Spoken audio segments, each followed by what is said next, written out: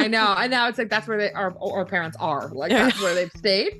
And that's Yeah. why I say like Facebook has its moments too, I will say, for sales, especially Facebook groups. I think Facebook groups are a killer way to make sales depending on what your niche is. Mhm. But I really think Instagram is not dead. I think Instagram is doing a fantastic job at responding to one of the things that we like, right?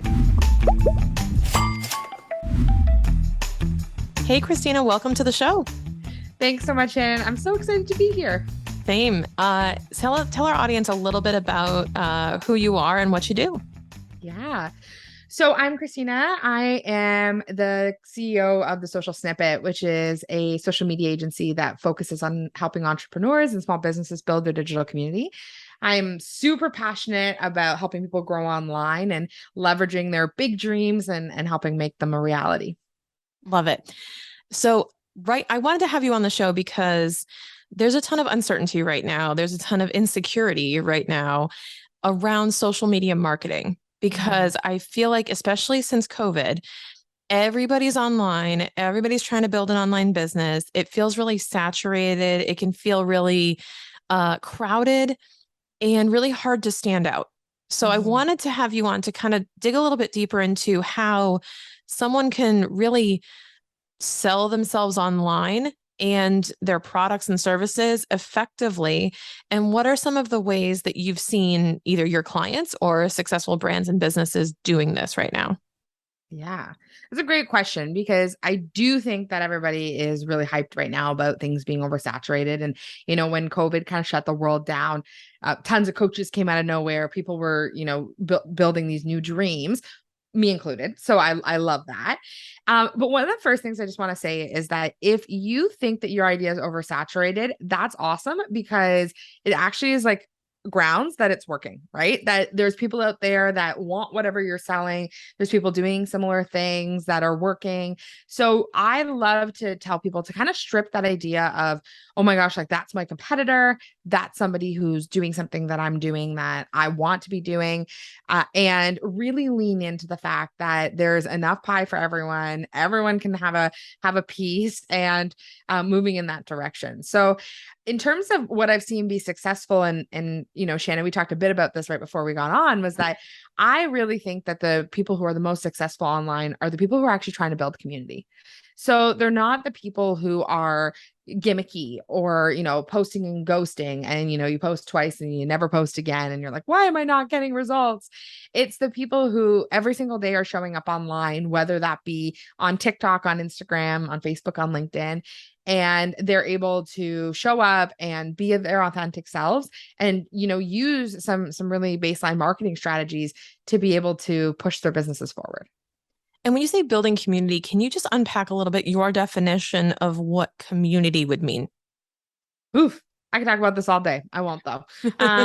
But so for me, a community is people who are actively following or I guess actively following you and your journey. So whether you're a product-based business, a personal service, whatever that looks like, your community are the people that are actively choosing to be invested in you, either emotionally or financially. So your community can be your clients, but your community is also anyone who's following you on any platform, anyone who is continuing to watch your stories, is continuing to engage with you on any platform or any way.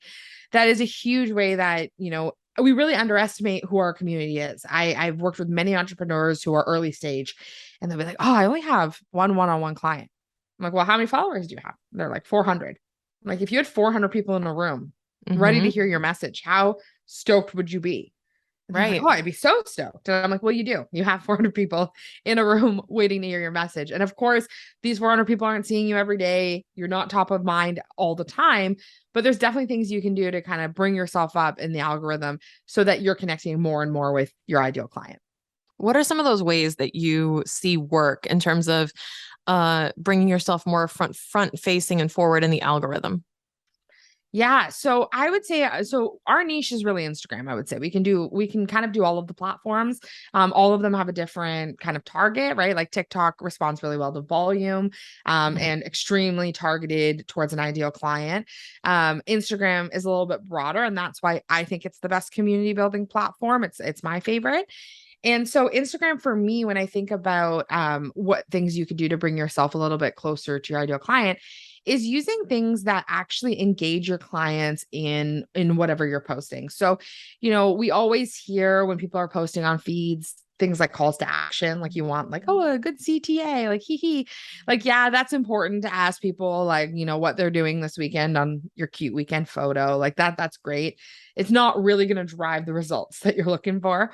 But you showing up in your stories and talking about what you did this weekend, or showing up in your stories and talking about your transformation, or whatever you can offer your ideal client that maybe somebody else can't, that goes a long way. And so even something little that people don't often do is we always encourage our clients to do Instagram stories like this or that's, where it's like voting, right? And this seems silly and it doesn't even have to be niche related, but I'm just thinking about you, Shannon, right? You could be like, oh, like, favorite tax savings account, or Venmo or PayPal. exactly, like favorite bank. I'm Right. Canadian, so I wasn't sure how many of these would translate, but Yeah, Americans are always like, can I Venmo you? And I'm like, no, you can't. oh, I don't that's know. true. I don't even know where it would go. So, you could do something like that. And then when people are voting, responding to them directly, being like, yeah, love Venmo. Like Venmo is awesome. Or like, so surprised you chose PayPal. Why? And kind of have that conversation. And luckily, this isn't sponsored by PayPal. And Yeah. so you're actually, when you're having those conversations in the DMs, you're actually showing the Instagram algorithm that this is your community. So you're showing up more and more for those people on their feed. So you'll see it. You'll DM someone and all of a sudden they're the front of your story list.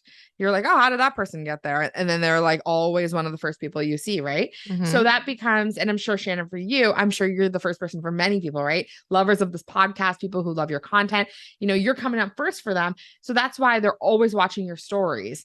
And I would say the other thing to keep tabs on for your community is seeing, and this seems silly and very high school, but see who watches your stories first. Like in the first few or first five, first 10, who's watching? Those are the people that you're coming up for likely very first, especially if they're consistent. And those are your super fans. So Yeah. those are people that are watching you closely, whether to make an investment or to pass judgment. I'm not sure, but usually to make an investment or collaborate in some way. So one thing I've noticed is that people's stories pop up first and they cut the line when I have recently DM'd them Yes. or when I recently followed them. Mm-hmm. I've actually, and what's interesting is before I go and like follow a bunch of people, sometimes I go through these like phases where I will follow or unfollow, not the follow unfollow tactic, but I'm talking about like I clean up and I go, Yeah. okay, who am I following? Who's following me? And I just look at all that and I clean it up and I'll follow new people, for example, and then all their stuff hits me, right?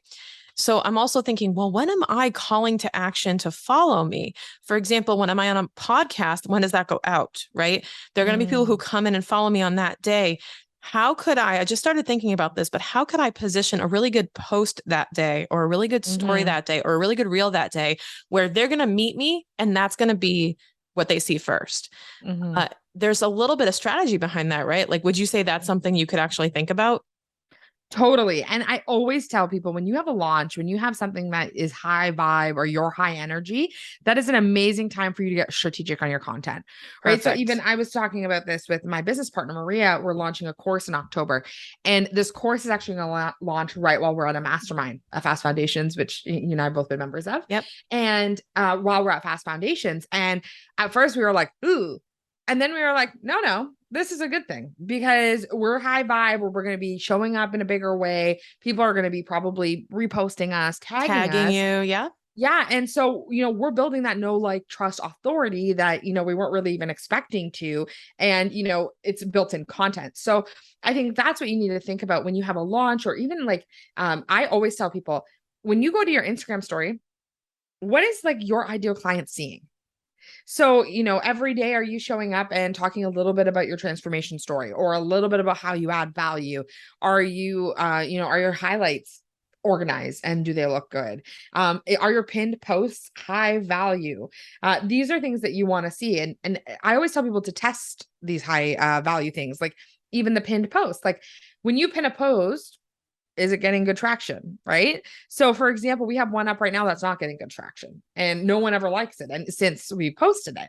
good to know. Now we're going to try to find something else that, you know, might attract a client to click it, like it, join our email list, and so forth. I love that. So one thing that I just like to ask the question, not that I believe this is true necessarily, but is selling on Instagram dead? Meaning, like, are we finding it harder right now to sell on Instagram because there are so many other people selling? And, you know, is it really still working? Where in Instagram are people selling successfully? Meaning, like, what feature, right? Yeah, You know what I'm talking about? What totally. aspect of it? And what advice do you have for someone who wants to sell on social, but maybe feels like, oh, there's just so many other people selling out here? What Yeah. would you tell them? So I think it's really easy for people to play the comparison game Mm-hmm. and look at something like TikTok and be like, oh my gosh, I need to be on TikTok. Like, you know, people are getting viral success. I think there are very few cases of that and way more people who are stuck at 200 views with 70 followers, right? Like, I think, Mm-hmm. you know, I always say the platform you should use is the platform you like and where you think your ideal client is.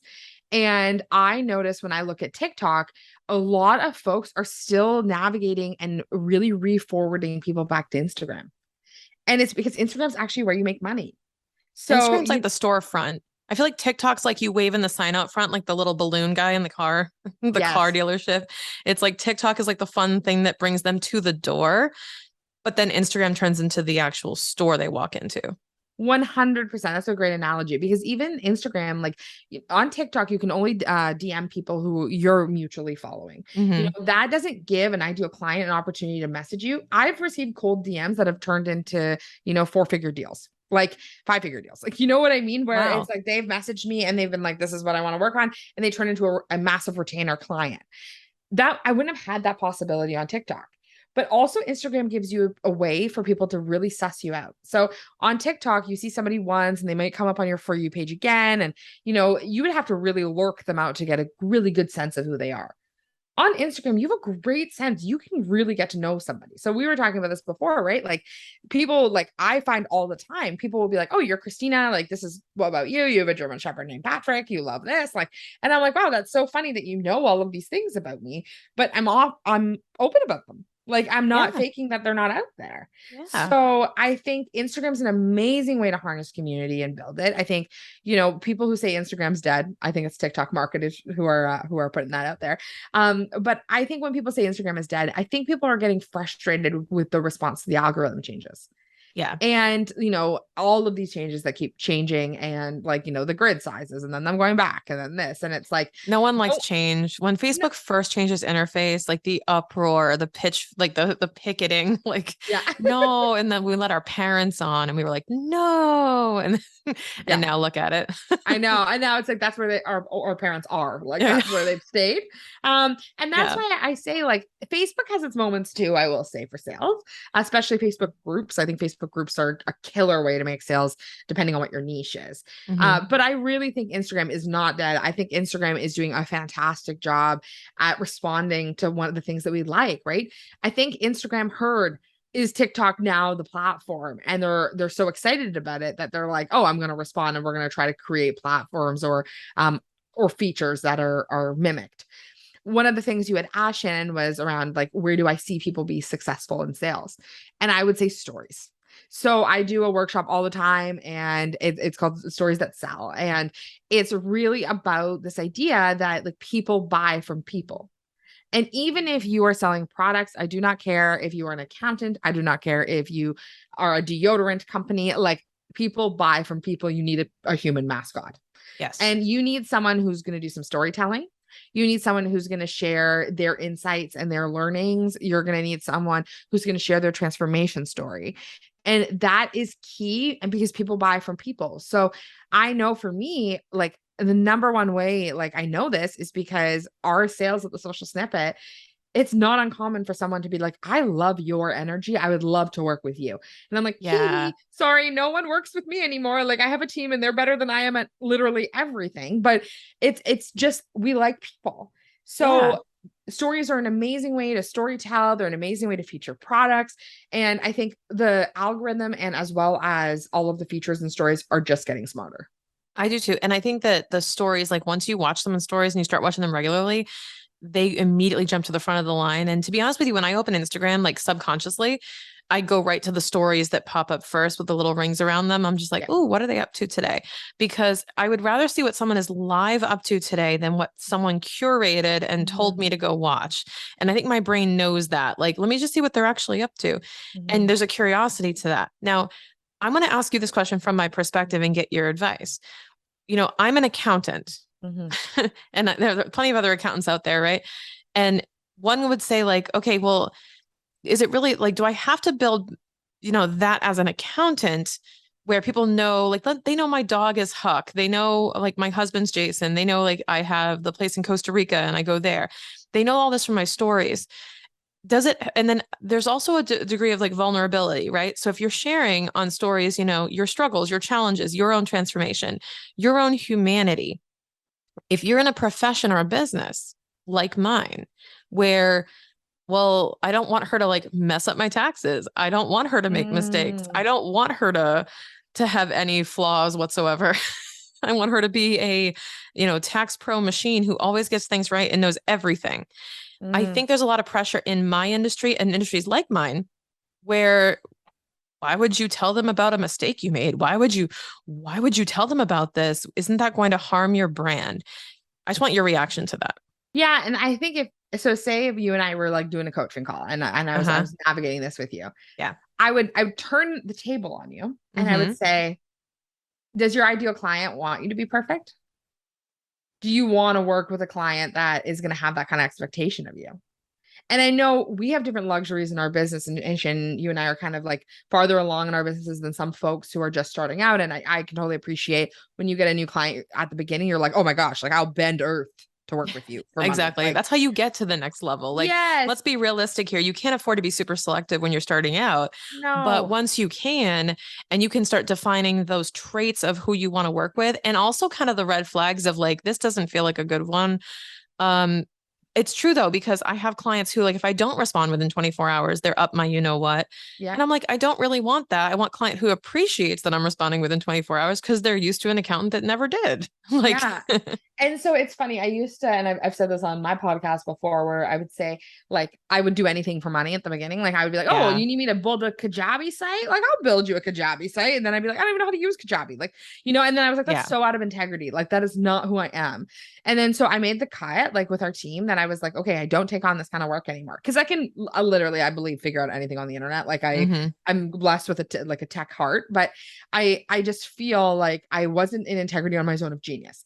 I'm in a space now where I can say that very actively, where I'll meet with a client in a discovery call and tell them they're not a good fit for me. And like, Yeah, and I feel very comfortable doing that. I know that that's not how everyone starts. yeah. But I think that's the thing, is that you're actually, when you're showing up in your Instagram stories and, you're in Costa Rica or you're with your doggo or you're doing these things, like, you're actually calling in your ideal client, because you actually want an ideal client that's like, I'm inspired by the fact that Shannon can take a vacation.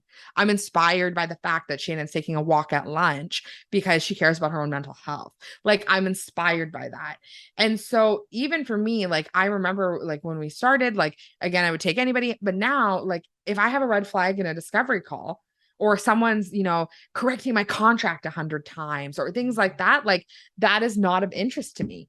And now I know that. So I think what I would say back to someone who said that, whether it was you or somebody else, no matter what the profession is if you are looking for clients who are extremely rigid, then yeah, I would say don't show up online and show them that you're on vacation. But if you're looking for clients that are going to be high vibe and meet you where you are, because I would love to work with an accountant that goes on vacation.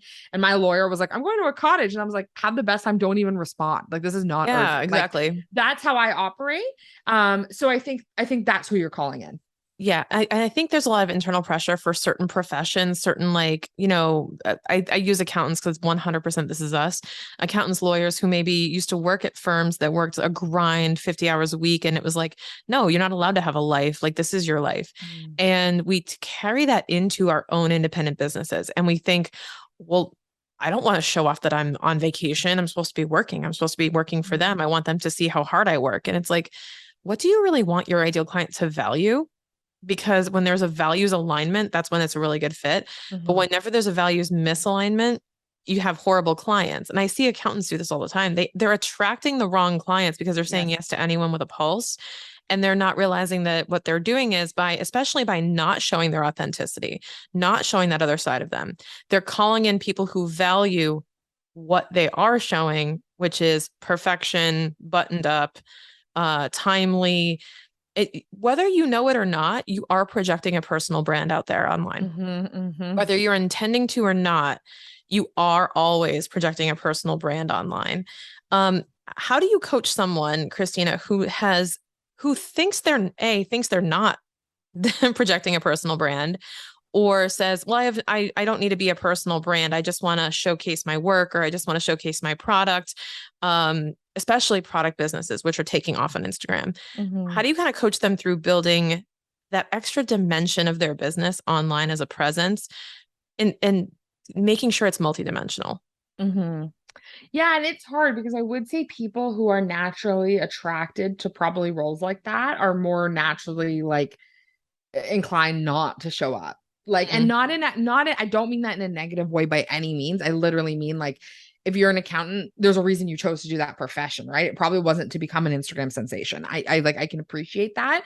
So I think it's the small steps. Like it's, showing up and talking about your niche, showing your lunch, showing something of interest to other people, like not it doesn't have to be your numbers, it doesn't have to be your spreadsheets, but it can be something that adds value. So one of the things I always tell people when they're like starting out a personal brand or an Instagram or anything is like ask your audience, what do they want to hear from you? So, and seems to be like monument. Like people are like, "Oh my gosh, I never thought of this." And I'm like, "It's market research. Like put a poll up, an Instagram poll. It doesn't need to be like a big survey. Put up an Instagram poll and say like, what do you want to hear more about? Like retirement savings, like tax Mm-hmm. savings, or keeping more of what you're earning today." Yeah, and we did And that. We just talked about that before the episode. That I put a poll up about what episodes you guys like, and I was really surprised by the result. And I was like, okay, then. yeah, right. But it's information. And I think when you take away this, like, and I say this on my podcast all the time, it's like, there's nothing such thing as bad information. It's just information. So it's like, if everyone says, I don't want to hear about taxes, your content doesn't need to be about taxes, right? Your audience doesn't want it. So try to just find little things that connect with your audience. I've also seen people they're too like kind of nervous about being in stories. That's fine. It doesn't have to always be live talking. So it can be voiceovers. It can be you reusing real content into your stories. It can be a picture of like outside your window with a list of the things you've got going on for the day. Like there's so many things you can do that are just the first small steps that will help you build a personal brand. And I can tell you from experience, like people who aren't willing, like who want to sell online, there's lots of referral based businesses that do no online selling, and that is awesome. I love that. Like, Yeah. you know what I mean? That shows the power of community, and like I love it. But if you are using Instagram as a platform to sell because you want to make sales, I have seen a lot of people lose out on like high amounts of money because they're not willing to make themselves feel a little uncomfortable online. Yeah. And it's uncomfortable. The first time I did it, I was so uncomfortable. And then you move into it, and it's like anything, riding a bike. You just get better and better and better. Yeah. And you said something interesting in there that I want to unpack a little bit. And it's Yeah. that, like, ask your audience what they want and give them that. But I'm going to throw a big footnote on that, because you don't always let the audience dictate what you are building, what you are doing, because sometimes you have the wrong audience. Yes, 100%. So let's talk about that for a second. Like, there's a lot of folks who feel pressure, especially when they pivot, that they have an audience. Like, I have 5,000 followers and they all know me for taxes. And what if I decide I want to go and build candle business? I don't know. It's like, oh, what do I do? They all expect, like, there's so much pressure. And they all expect me to talk about this one thing. How do I do that? So there's a little bit of the pivoting question, but also I want to just like sit in that for a second and go, knowing if you have the wrong audience.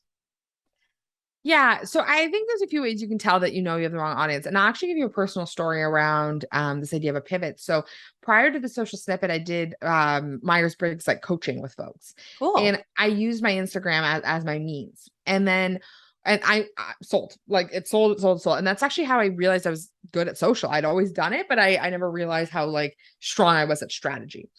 And when I closed my like consultancy down, I started the social snippet with Maria, and it was kind of overnight. And we have 3 of my one-on-one clients who hired us immediately with the social snippet. And I think that shows you the power of a personal brand, because it showed you that people knew, liked, and trusted me, whether I was doing social media or I was doing Myers-Briggs, right? Like, does that always happen? No, I'm not going to say like, you know, you start a candle business tomorrow, like all these people are going to buy candles. I will, but not everyone has to. But when you have a strong personal brand, people trust you. Right. So I think that that's a big piece. And I would say if you're starting an all new endeavor, I would truthfully just start an all new Instagram. Like, and I know that that sounds scary, but actually I know people who are still in the same niche who start new Instagrams because they have low engagement. And you'll see if your followers like what you're, you know, doing. Because even when I was doing personal development coaching and I maybe had 3,000 followers, I was getting 500 likes on stuff very often. And that was amazing for me at that time. And then when I started posting about social media, it would be like 35 likes, 40 likes. But then I post something aspirational about my like current life or building my dream life, which is kind of intertwined with personal development. Lots of likes, right? So you can see trends based on your analytics, and it's scary to look at them, but they're actually so helpful in figuring out like, is your audience a good audience? How do you get more in front of other people who have your audience? So if, for example, you know, Shannon, you're looking to grow your audience with entrepreneurs, my audience is entrepreneurs. So, you know, how do you get more in front of those people and try to build that way? But yeah, you're right. You shouldn't let your audience 100% dictate what you're doing, but don't be afraid to listen to the numbers so that you're not just throwing spaghetti on the wall, because I see that too much where people are like, I've been posting 5 times a day for a year. And I'm like, yeah, I see that. I see that. And I wish you would come to me 1 month in, because I think that that can be really challenging. Yeah. I think it's more about getting honest with yourself over what am I putting out there? What is it attracting? What is the result I want from it or expect from it? And then figuring out, well, what's the disconnect? Because a lot of the times people are following tactics that don't align with what their actual goal is. And then they're mad they're not reaching the goal. Because I'm like, well, what were you doing to actually move in that direction? Just because you're pedaling forward doesn't mean you're going to the right destination. 100%. Totally agree. 100%. So I love this conversation, Kristina. I could talk about this all day, so could you. But I wanna wrap this up for our listeners and tell everyone how they can learn more about the social snippet and what you guys do, and tell us, you know, what you have going on right now. Yeah. So firstly, thank you so much for this conversation, because like I said, I could jam out on this all day, all week, but I appreciate being with you and getting to know you a bit better too. So for us, you can find us like at our website or on Instagram best at the social snippet or at Kristina.Bartold. I spell my name with a K.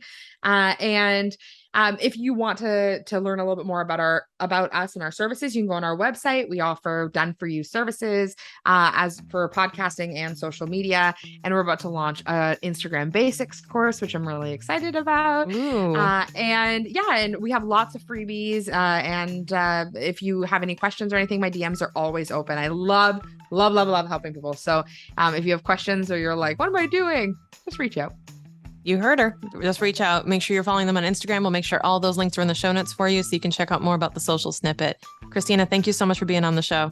Oh, thank you so much, Shannon.